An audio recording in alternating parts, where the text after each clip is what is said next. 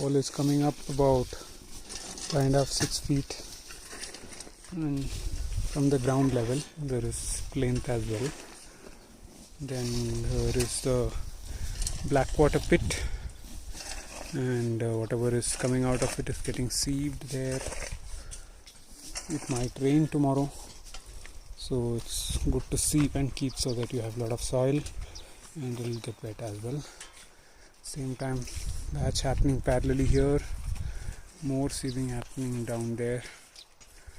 Chocolates placed. Yeah, a lot of work going on.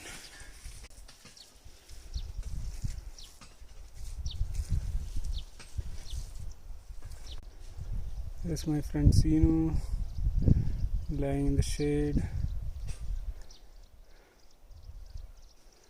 and that's the dog door. More soil. Rain predicted tomorrow and day after, so trying to get whatever I can do before that.